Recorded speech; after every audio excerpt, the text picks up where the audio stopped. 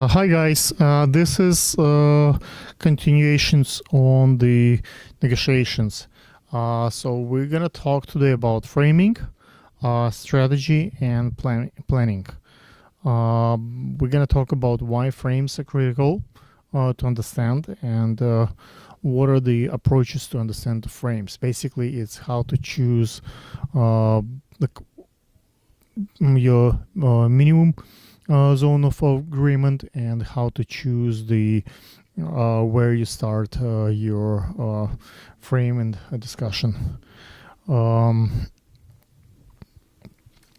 will talk about the goals, objectives, why you negotiate in the first place, how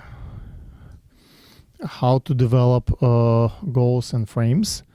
We're gonna discuss the direct effects of goals on choices, and how the goals match the strategy. What are the strategies for the negotiations, and what are the tactics? There are different also phases and in negotiation. So there is a preparation phase, there is like a negotiation phase, and closing phase, and getting ready for the next like a negotiation process. So it's like a constant repeat process. So when you open negotiations, it's more important than when you're closing, because you want to continue. Once you negotiate one, you want to negotiate next one and continue forward.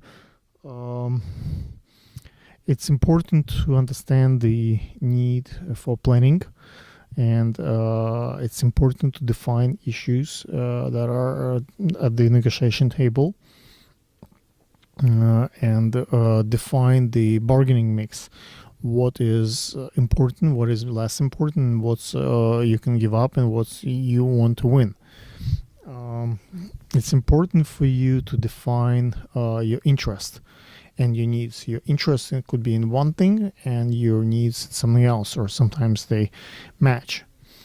You can also consult with others, so see what kind of opinion they have on the issues at hand. You can negotiate and kind of find out what are the priorities of the other parts on the table, so what is important for them.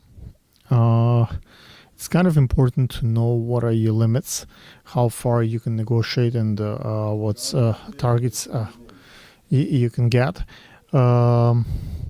Setting targets, it's kind of important as well.